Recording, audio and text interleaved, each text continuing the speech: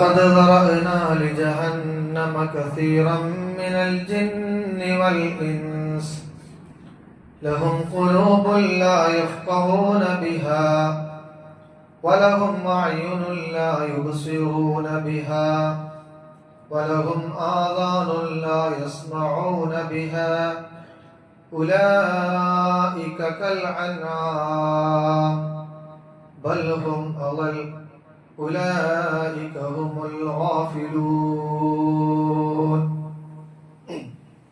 ഏറ്റവും ബഹുമാനപ്പെട്ട സത്യവിശ്വാസികളെ, അസ്സലാമു അലൈക്കും വറഹ്മത്തുള്ളാഹി വബറകാതുഹു.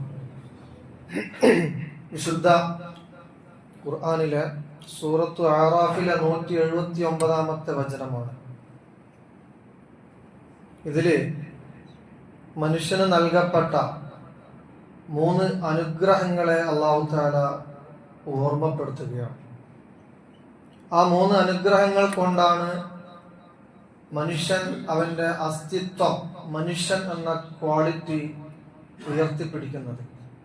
അതല്ലെങ്കിൽ മനുഷ്യൻ അവന്റെ അസ്തിത്വത്തെ, അവന്റെ ക്വാളിറ്റിയെ ഉയർത്തിപ്പിടിക്കേണ്ടത് ഈ 3 അനുഗ്രഹങ്ങൾ കൊണ്ടാണ്. അല്ലാഹു തആല പറയുന്നത്, വലഖദ് ദറഅനാ ലിജഹന്നമ കസീറൻ മിനൽ ജിന്നി വൽ ഇൻസ്. മനുഷ്യരിൽ നിന്നും അതുപോലെ ജിന്ന് വർഗത്തിൽ നിന്നും നാം ഒരു വിഭാഗം ആളുകളെ നരകത്തിലേക്ക് വേണ്ടി ഒരുക്കി വച്ചിരിക്കുകയാണ്. ആരാണ് നരകത്തിലേക്ക് ഒരുക്കി വെക്കപ്പെട്ട മനുഷ്യരിലെ, ജിന്നിലെ ആ ആളുകൾ? ലഹും ഖുലൂബുൻ ലാ യഫ്ഖഹൂന ബിഹാ. അവർക്ക് ഹൃദയമുണ്ട്, പക്ഷേ ഹൃദയം കൊണ്ട് അവർ ഒന്നും ചിന്തിക്കുകയില്ല. വലഹും അഅ്യുനുൻ ലാ യുബ്സിറൂന ബിഹാ. അവർക്ക് കണ്ണുകളുണ്ട്, കണ്ണുകൾ കൊണ്ട് അവർ കാണുകയില്ല. വലഹും ആദാനുൻ ലാ യസ്മഊന ബിഹാ. അവർക്ക് കാതുകളുണ്ട്, കാതുകൾ കൊണ്ട് അവർ ഒന്നും കേൾക്കുകയില്ല. ഉലൈക കൽ അൻഹാം. ഈ വിഭാഗം ആളുകള് നാൽക്കാലികളെ പോലെയാണ്. ബൽഹും അളൽ. അതല്ല, അതിലും അധപ്പതിച്ചവരാണ്. ഉലൈക ഹുമുൽ ഗാഫിലൂൻ. അവർ അശ്രദ്ധരാണ്. അത് വെച്ചാൽ മനുഷ്യന് അല്ലാഹു തആല നൽകപ്പെട്ട 3 സവിശേഷമായ അനുഗ്രഹങ്ങൾ: ഒന്ന് ഹൃദയം, മറ്റൊന്ന് കണ്ണ്, മറ്റൊന്ന് കാത്. എന്നാൽ എല്ലാ മനുഷ്യരും ഹൃദയം കൊണ്ട് ചിന്തിക്കുന്നവരാണ്, ഹൃദയം ഉപയോഗിക്കുന്ന ആളുകളാണ്, കണ്ണുകൊണ്ട് കാണുന്നവരാണ്, കാതുകൊണ്ട് കേൾക്കുന്നവരാണ്. പക്ഷെ ഇവിടെ ഹൃദയം കൊണ്ട് ചിന്തിക്കാത്തവർ എന്ന് അല്ലാഹു തആല പരാമർശിച്ചത്, കണ്ണുകൊണ്ട് കാണാത്തവർ എന്ന് അല്ലാഹു തആല പറഞ്ഞത്, കാതുകൊണ്ട് കേൾക്കാത്തവർ എന്ന് അല്ലാഹു തആല പറഞ്ഞത്, അതിന്റെ യഥാവിധിയുള്ള കാഴ്ചയും കേൾവിയും ചിന്തയും നടത്താത്തവരാണ്. ഞാൻ എന്തിനു വേണ്ടി സൃഷ്ടിക്കപ്പെട്ടു? എന്റെ ജീവിതം എങ്ങനെയാകണം? എന്റെ ലക്ഷ്യം എന്താകണം? എങ്ങോട്ടാണ് എന്റെ യാത്ര? ഈ കാര്യങ്ങളൊക്കെ ഏതൊരു മനുഷ്യനും ചിന്തിക്കണം. അവന്റെ കണ്ണുകൊണ്ട് കണ്ടുകൊണ്ട് ചിന്തിക്കണം, അവന്റെ കാതുകൊണ്ട് കേട്ട് അവൻ ചിന്തിക്കണം. അങ്ങനെ മനുഷ്യന്റെ മൂല്യങ്ങൾ ഉയർത്തിപ്പിടിച്ചായിരിക്കണം അവന്റെ ജീവിതം ഉണ്ടാകേണ്ടത്. മനുഷ്യൻ മറ്റു ജീവജാലങ്ങളിൽ നിന്ന് വ്യത്യസ്തനാകുന്നത് അറിവ് കൊണ്ടും തിരിച്ചറിവ് കൊണ്ടുമാണ്. ഇത് 3 ഹൃദയം, കാഴ്ച, കേൾവി, അറിവിലേക്ക്, തിരിച്ചറിവിലേക്ക് മനുഷ്യനെ എത്തിക്കുന്ന പ്രധാനപ്പെട്ട ഘടകങ്ങളാണ്. അറിവിന്റെ കവാടം മനുഷ്യന്റെ മുന്നിൽ തുറന്നു കൊടുക്കുന്ന പ്രധാനപ്പെട്ട ഘടകങ്ങളാണിത്. അതുകൊണ്ട് തന്നെ മനുഷ്യൻ അറിവുള്ളവനായിട്ട് മാറണം. ഏതറിവ്?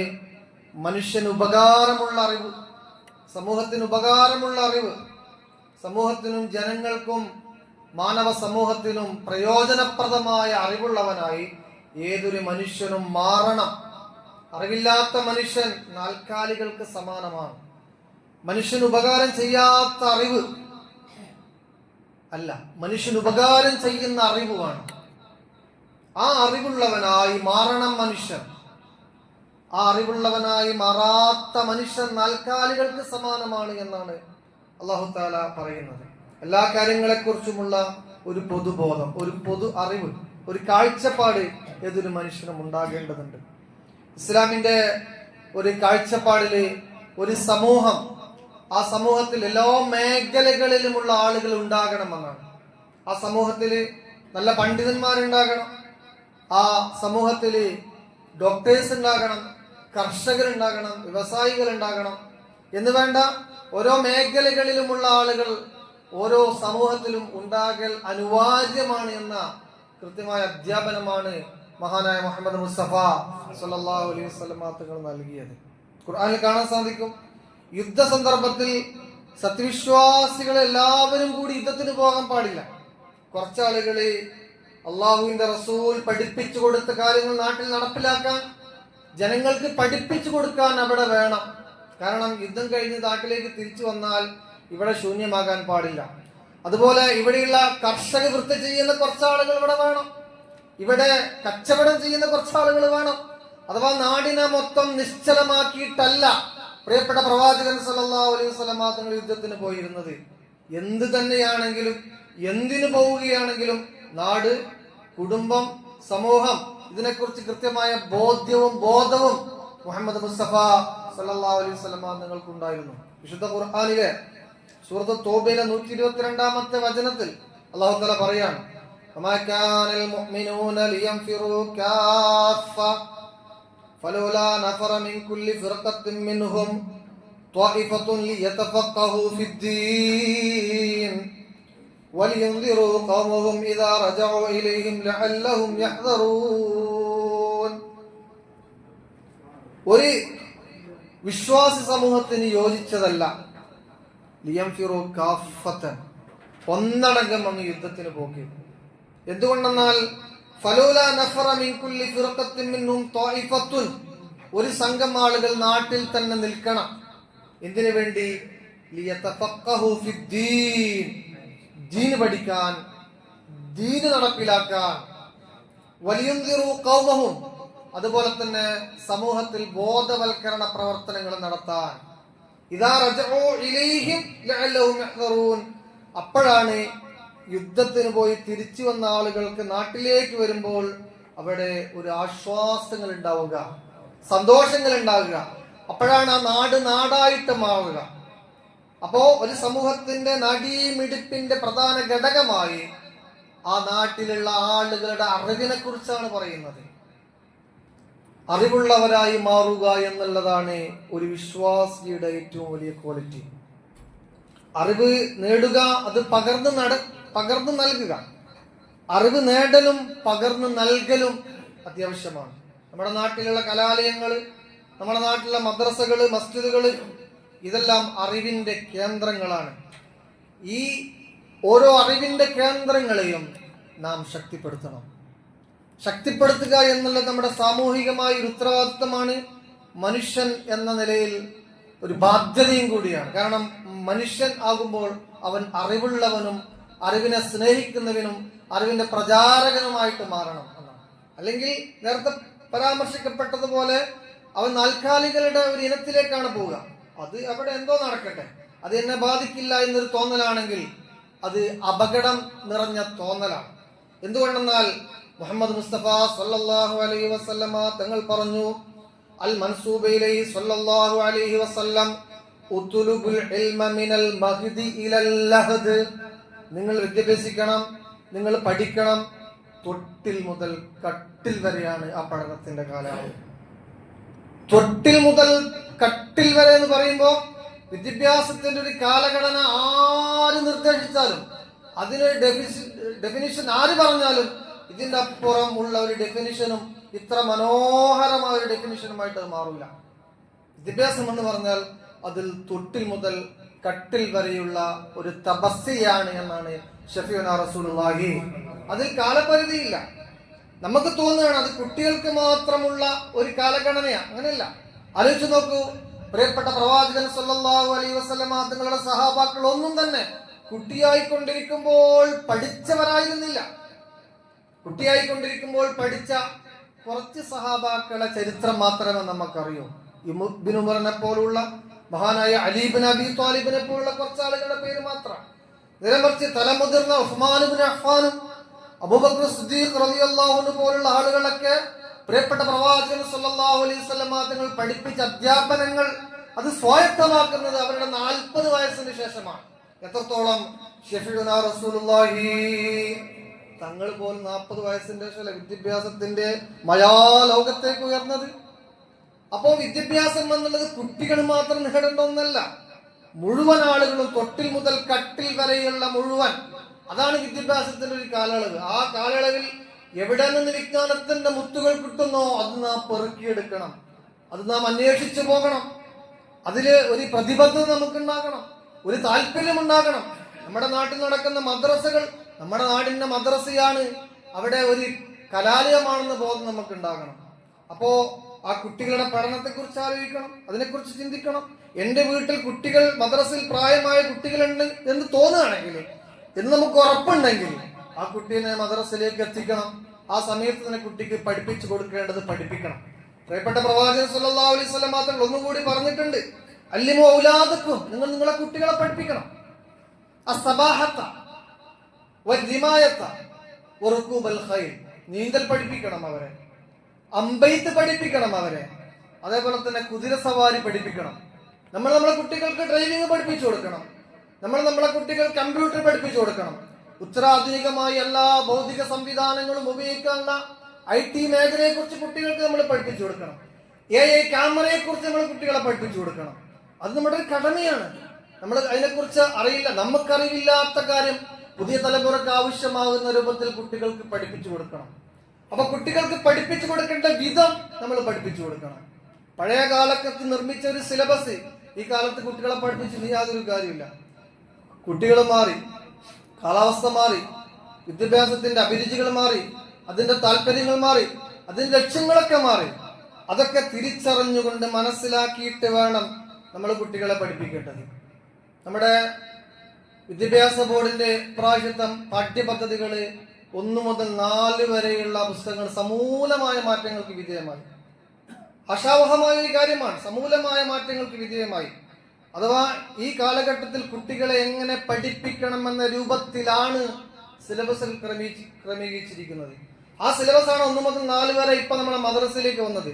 ആ സിലബസും നിലവിലെ നമ്മുടെ ഓരോ മദ്രസകളുടെയും, ഇവിടെയൊക്കെ മാത്രമല്ല, ഓരോ മദ്രസകളുടെ അവസ്ഥ പരിശോധിച്ച് നോക്കുമ്പോൾ അജഗജാന്തരമാണ്, രണ്ടാണ്. എങ്ങനെ ഇത് സമ്മേളിപ്പിച്ച് സംയോജിപ്പിച്ച് കൊണ്ടുപോകും എന്നതിൽ ഭയങ്കര ആശങ്കയാണ്. കാരണം എന്താ വെച്ചാല് അതിൽ ഓരോ പാഠത്തിലും ഓരോ QR കോഡ് ഉണ്ട്. ആ QR കോഡിൽ മൊബൈലിൽ സ്കാൻ ചെയ്ത് കഴിഞ്ഞാൽ അതിൽ പാട്ട് വരും. ഈ പാട്ട് കുട്ടികൾ കേൾപ്പിക്കണം, ഒരുമിച്ച് കേൾപ്പിക്കണം, ഒരുമിച്ച് പാടിക്കണം. അപ്പൊ ഓരോ ക്ലാസ്സുകളിലും TV വേണം, ഓരോ ക്ലാസ്സുകളിലും പൊതുവായ ഒരു പ്രൊജക്ടർ വേണം. അപ്പോ വിഷ്വലൈസ് ചെയ്യപ്പെട്ടിട്ടാണ് കുട്ടികളെ പഠിപ്പിക്കേണ്ടത്. അങ്ങനെ കുട്ടികളെ പഠിപ്പിച്ചിട്ടേ പുതിയ കാലഘട്ടത്തിൽ കാര്യമുള്ളൂ. ഇപ്പൊ വിദ്യാഭ്യാസ മനഃശാസ്ത്രജ്ഞരും വിദ്യാഭ്യാസ വിചക്ഷണരൊക്കെ അതിൽ പറയുന്ന ഒരു കാര്യം, ഒരു പ്രധാനപ്പെട്ട 4 കാര്യമാണ് ഏത് വിദ്യാഭ്യാസം നിലനിൽക്കാൻ അനിവാര്യമായത്. സമയക്കുറവാണ്, പറയാം. 1, ബെസ്റ്റ് അറ്റ്മോസ്ഫിയർ ഉണ്ടാകണം. അഥവാ അന്തരീക്ഷം കൃത്യമായ നല്ല അന്തരീക്ഷമാകണം. അഥവാ ക്ലാസ് റൂം അട്രാക്ഷൻ ഉണ്ടാകണം, സ്മാർട്ട് ക്ലാസ് റൂമുകൾ വേണം. നമ്മളാഴ്ച ഭൗതിക വിദ്യാഭ്യാസത്തിലേക്ക് നമ്മളെ കുട്ടികൾ പോവുകയാണെങ്കിൽ 1ഉം 2ഉം ക്ലാസ്സിലൊക്കെ സ്കൂളുകളിൽ എത്ര ആകർഷകമായ ക്ലാസ്സാണ്, എത്ര സുന്ദരമാണ്. അങ്ങോട്ട് പോകുമ്പോൾ തന്നെ കുട്ടികളുടെ മനോനില മാറും. അതിനോട് പ്രത്യേക ഒരു താല്പര്യം, ഒരു വാഞ്ഞുണ്ടാവും കുട്ടികൾ. അവിടെ ചിരിക്കാനും കളിക്കാനും കൊഞ്ചാനും കൊഴയാനും കുട്ടികളുടെ അഭിരുചിക്കനുസരിച്ച് ട്രെയിനിങ് കിട്ടിയ അധ്യാപകരുണ്ടാവും. ആ സ്കൂളിലേക്ക് പോകാൻ കുട്ടികൾക്ക് ഒരു പ്രയാസം ഉണ്ടാവില്ല. പക്ഷെ നമ്മുടെ മദ്രസകളുടെ അവസ്ഥ ആലോചിച്ച് നോക്കൂ, ഇവിടുത്തെ മദ്രസിന്റെ അവസ്ഥ ആലോചിച്ച് നോക്കൂ, നമുക്ക് നമ്മുടെ നാട്ടിലെ മദ്രസിന്റെ അവസ്ഥ ആലോചിച്ച് നോക്കാം. 1ാം ക്ലാസ്സിലേക്ക് ഒന്ന് കയറി നോക്കൂ നിങ്ങൾ. ആലോചനയിലുണ്ട്, നമ്മുടെ ബഹുമാനപ്പെട്ട കമ്മിറ്റിയുടെ ആലോചനയിലൊക്കെ ഉണ്ട്. പക്ഷെ ഞാൻ പറയുകയാണ്, ചെമ്പും പാത്രങ്ങളുമുള്ള ഒരു മദ്രസ, അവിടെ പഠിക്കാനുള്ള യാതൊരു അനുകൂല സാഹചര്യവും അവിടെ ഇല്ല. അങ്ങനെയാകുമ്പോൾ ഇതിനോട് കുട്ടികൾക്ക് താല്പര്യം കുറയും. അപ്പൊ സ്മാർട്ട് ക്ലാസ് റൂമുകൾ ഉണ്ടാകണം. അഥവാ ഒരു ക്ലാസ് റൂം ആകുന്ന സമയത്ത് നല്ല സുന്ദരമായ ചിത്രങ്ങൾ, അല്ലാഹു, മുഹമ്മദ്, അലിഫ്, എന്നൊക്കെ എഴുതി സുന്ദരമായി വിഷ്വലൈസ് ചെയ്യപ്പെട്ട ക്ലാസ് ഒക്കെ കളർഫുൾ ആയിട്ടുള്ള ക്ലാസ് റൂം വേണം. അത് അനിവാര്യമാണ്. ആ കളർഫുള്ളായ ക്ലാസ് റൂമുകൾക്ക് പ്രദീപ്തമായ രൂപത്തിലാണ് നമ്മുടെ വിദ്യാഭ്യാസ ബോർഡിന്റെ പുതിയ പരിഷ്കരണം ഉണ്ടായിരിക്കുന്നത്. അത് ആശാവഹമാണ്. അതേപോലെ തന്നെ 2ാമത്തെ കാര്യം ഫിസിക്കലായിട്ടുള്ള അതിന്റെ ഫെസിലിറ്റീസ് ആണ്, അഥവാ ഭൗതിക സൗകര്യങ്ങളാണ്. വിശാലമായ ക്ലാസ് റൂമുകൾ വേണം, കുട്ടിക്ക് കളിക്കാനുള്ള സ്ഥലം വേണം, പ്രാർത്ഥനകൾക്ക് ഇടങ്ങൾ വേണം, പ്രാക്ടിക്കലായിട്ട് ചെയ്യാനുള്ള കാര്യങ്ങളൊക്കെ ഇതൊക്കെ ഒരു മദ്രസയിൽ വേണമെന്നുള്ളതാണ്. അപ്പൊ ഞാൻ സൂചിപ്പിക്കാൻ കാരണം എന്താണെന്ന് വെച്ചാൽ അത് ഗുരുതരമായി ഒരു പ്രശ്നങ്ങൾ പിന്നീട് നമ്മുടെ കുട്ടികൾക്ക് ആ പാഠ്യരീതികൾ എത്തുകയില്ല. ഉദ്ദേശ ലക്ഷ്യങ്ങൾ ഏതൊരു പഠനത്തിനും ഉദ്ദേശ ലക്ഷ്യങ്ങളുണ്ട്. ഉദ്ദേശ ലക്ഷ്യങ്ങളിലേക്ക് എത്തുകയില്ല, ഒരു ചടങ്ങായിട്ട് മാറും. അത് പറ്റൂല, ചടങ്ങല്ല, അത് കുട്ടികൾക്ക് കൃത്യമായിട്ട് അത് കിട്ടേണ്ടതുണ്ട്. ഞാൻ ആലോചിക്കണം, ഈ ശബ്ദം ശ്രവിക്കുന്ന സത്യവിശ്വാസികളായി നിങ്ങൾ ആലോചിക്കണം. എന്തുകൊണ്ട് നമ്മുടെ മദ്രസയിൽ സ്മാർട്ട് ക്ലാസ് റൂം വെച്ചുകൂടാ? എന്തുകൊണ്ട് നമ്മുടെ വീട്ടിൽ 32 ഇഞ്ചിൽ എത്രയോ ടിവികളുണ്ടല്ലോ? ഒരു ടി വി ആരെങ്കിലും മദ്രസയിലേക്ക് സ്പോൺസർ ചെയ്യൂ. അതിൽ കുട്ടികൾ കാണട്ടെ, ആഴ്ചയിൽ മയ്യത്തസ്കാരത്തിന്റെ രീതി കാണട്ടെ, അത്തഹിയാത്ത് എങ്ങനെ ഇരിക്കണമെന്ന് പ്രാക്ടിക്കലായിട്ട് കുട്ടികൾ കാണട്ടെ, കുട്ടികളെ കൊണ്ട് ചെയ്യിക്കാം. അങ്ങനെയാകുമ്പോഴാണ് നമ്മുടെ കുട്ടികളിൽ മാറ്റം ഉണ്ടാവുക, നാട്ടിൽ മാറ്റം ഉണ്ടാകും. മറ്റൊന്ന് സ്റ്റഡി ടൂൾസ് ആണ്, അഥവാ പഠന ഉപകരണങ്ങൾ. വൈറ്റ് ബോർഡ് വേണം, ചാർട്ട് വേണം, പ്രൊജക്ടർ വേണം, കമ്പ്യൂട്ടർ വേണം, സിസ്റ്റം വേണം. ഇതൊക്കെയാണ് പുതിയ കാലഘട്ടത്തിലെ പഠന രീതികൾ. അതേപോലെ തന്നെ യോഗ്യരായ അധ്യാപകർ, നല്ല കഴിവുള്ള അധ്യാപകർ വേണം. കുറച്ച് ആരെങ്കിലും മദ്രസയിലോ അല്ലെങ്കിൽ സ്കൂളിലോ നിർത്തിയിട്ട് കാര്യമില്ല. അഥവാ പുതിയ കാലഘട്ടവുമായി കുട്ടികളോട് സംവദിക്കാനും ആ രൂപത്തിൽ ക്രിയാത്മകമായി കുട്ടികളിൽ ഇടപെടാനുമുള്ള യോഗ്യരായ അധ്യാപകരും കൂടി ആകുമ്പോൾ ഇൻഷാ അല്ലാഹ് മെച്ചപ്പെട്ട രൂപത്തിൽ നമ്മുടെ പഠന നിലവാരം ഉയർത്താൻ നമുക്ക് സാധിക്കും. ദുഃഖകരമായ മറ്റൊരു കാര്യം എന്താ വെച്ചാൽ 5ാം ക്ലാസ് കഴിഞ്ഞ് നമ്മളെ മദ്രസയിൽ കുട്ടികളില്ല. അവരെവിടെ പോയി? 6ാം ക്ലാസ് കഴിഞ്ഞ് 7ാം ക്ലാസ്സിലേക്ക് കുട്ടികളില്ല. അവരെവിടെ പോയി? മതപഠനം എന്നത് കേവലം ചടങ്ങ് പഠനമാക്കരുത്.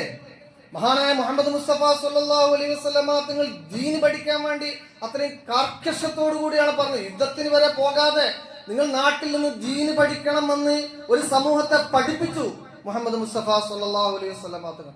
അതുകൊണ്ട് ഈ വിഷയങ്ങളിലൊക്കെ നമുക്കൊരു ശ്രദ്ധയുണ്ടാകേണ്ടതുണ്ട്. നമ്മുടെ മദ്രസ നമുക്ക് മാറ്റങ്ങൾക്ക് വിധേയമാക്കേണ്ടതുണ്ട്. കൊഴിഞ്ഞുപോയ കുട്ടികളൊക്കെ തിരിച്ചു വരേണ്ടതുണ്ട്. ഈ മാർഗത്തിൽ തന്നെ അള്ളാഹുവിന്റെ ദീനിനെ കുറിച്ച് നമ്മളെ മക്കൾ പഠിക്കണം. നമ്മൾ മരിച്ചു പോയാൽ നമുക്ക് വേണ്ടി ഒരു ഫാത്തിഹ ഹൃദ്യമായിട്ട് ഓതാൻ നമ്മുടെ മക്കൾ തന്നെ വേണം. അവരുടെ പ്രാർത്ഥനകൾ മാത്രമാണ് ഏറ്റവും വലിയ ഫലം നമ്മുടെ ഖബറിലേക്ക് എത്തുക. നമ്മൾ ദുആ ചെയ്യാൻ ഉസ്താദിന്റെ കയ്യിൽ ഏൽപ്പിക്കുന്നതിനേക്കാൾ 10 മടങ്ങ് പ്രതിഫലമാണ്, ഫലമായിരിക്കും.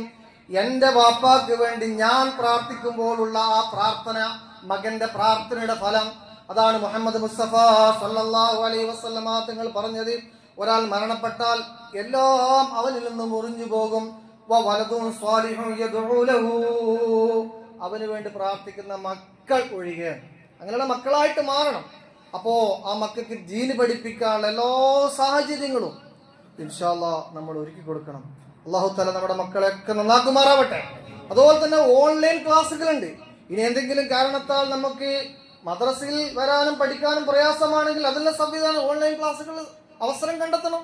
നമ്മൾ രാവിലെ മദ്രസയിൽ കുറച്ച് സമയം, പിന്നെ സ്കൂളിലേക്ക്, അസറിന്റെ ശേഷം ട്യൂഷൻ, മഗ്‌രിബിന്റെ ശേഷം ട്യൂഷൻ, എന്തെങ്കിലുമൊക്കെ ദീന് പഠിപ്പിച്ചു കൊടുക്കാനുള്ള സമയം സഹോദരന്മാരെ നിങ്ങൾ കാണണം എന്ന ഉപദേശമാണ് ഈ സന്ദർഭത്തിൽ എനിക്ക് നടത്താനുള്ളത്.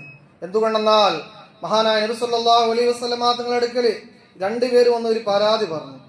2 പേരിൽ ഒരാൾ നബിയുടെ അടുക്കൽ എപ്പോഴും ഉണ്ടാവും, മറ്റൊരാള് ജോലിക്ക് പോക്കാണ്. ഈ ജോലിക്ക് പോകുന്ന ആള് നബി സല്ലല്ലാഹു അലൈഹി വസല്ലമ തങ്ങളുടെ ഫശക്കൽ അഖാഹു ഇലൻ നബി സല്ലല്ലാഹു അലൈഹി വസല്ലം, നബി തങ്ങളോട് പറഞ്ഞ് എന്റെ സഹോദരൻ ഇവിടെ ഇരിക്കുകയാണ്, നബി തങ്ങൾ പഠിപ്പിക്കുന്ന കാര്യങ്ങൾ പഠിക്കുകയാണ്, പക്ഷെ ഞാൻ ജോലിക്ക് പോവാണ്, അതൊരു പ്രശ്നമാണ് എന്ന് പറഞ്ഞപ്പോ നബി സല്ലല്ലാഹു അലൈഹി വസല്ലം തങ്ങൾ പറഞ്ഞത് ലഅല്ലക തുർസഖു ബിഹി, ഇവൻ കാരണമായി നിന്റെ ജോലി അല്ലാഹു തആല അഭിവൃദ്ധി നൽകുമെന്ന്. അതുകൊണ്ട് 10ാം ക്ലാസ് പഠിക്കുന്ന മദ്രസയിൽ 10ാം ക്ലാസ് പഠിക്കുന്ന ഒരു കുട്ടി 10ാം ക്ലാസ് SLC ആയിപ്പോയത് കൊണ്ട് ആ SLCക്ക് യാതൊരു ഭംഗവും സംഭവിക്കുകയില്ല. അതിൽ ബർക്കത്തും ഐശ്വര്യവും മാത്രമാണ് ഉണ്ടാവുക. അപ്പൊ ദീനിയായ ഇൽമിനെ നാം സൈഡിലേക്ക് ആക്കുമ്പോൾ നാം സ്വയം സൈഡിലേക്ക് പോകുന്ന അവസ്ഥയായിരിക്കും ഉണ്ടാവുക. അതുകൊണ്ട് തന്നെ നമ്മുടെ ദീനി വിജ്ഞാന മേഖലകളിൽ നമ്മളൊന്നും കൂടി ശ്രദ്ധ പതിപ്പിക്കണം. അതിന് നല്ലൊരു അവസരം ഇൻഷാ അല്ലാഹ് മുതിർന്ന ആളുകൾക്ക് നൂറുൽ ഖുർആൻ എന്ന പേരിൽ ദഅവ ആഴ്ചയിൽ മതപഠന ക്ലാസ് നടക്കുന്നുണ്ട്. അതിന് കൃത്യമായ ഒരു വ്യവസ്ഥകൾ വെച്ചിട്ടുണ്ട്. കൃത്യമായ ഗ്രൂപ്പിൽ അതിന്റെ ചർച്ചകൾ നടക്കുന്നുണ്ട്. അപ്പൊ അതിലൊക്കെ ഇൻഷാ അല്ലാഹ് എല്ലാവരും സജീവമാകണം. അങ്ങനെ ഇൽമിന്റെ ആളുകളായി, ഈമാനിന്റെ ആളുകളായി നമുക്ക് മാറാൻ സാധിക്കണം. അല്ലാഹു തആല തൗഫീഖ് നൽകുമാറാവട്ടെ. അങ്ങനെ ഇൽമ് ഈമാൻ ഉൾക്കൊണ്ടുകൊണ്ട് ഹൃദയം നന്നാക്കി നമ്മുടെ കാഴ്ചകളും നമ്മളെ കേൾവികളും നന്നാക്കി നല്ല മുത്തഖീങ്ങളായിട്ട് നമുക്ക് മാറാൻ സാധിക്കണം. സർവശക്തനായ അള്ളാഹു എല്ലാവർക്കും നമ്മെ വിജയിപ്പിക്കുമാറാവട്ടെ. അള്ളാഹു തആല നാം പഠിപ്പിക്കുന്ന ഇൽമുകളൊക്കെ നാഫിയായ ഇൽമായി നമ്മിൽ നിന്ന് കബൂൽ ചെയ്യട്ടെ. റബ്ബനാ ആതിനാ ഫിദ്ദുനിയ ഹസന വഫിൽ ആഖിറതി ഹസനതൻ വഖിനാ അദാബന്നാർ. ആമീൻ ബിറഹ്മതിക യാ അർഹമർ റഹീമീൻ. നാളെ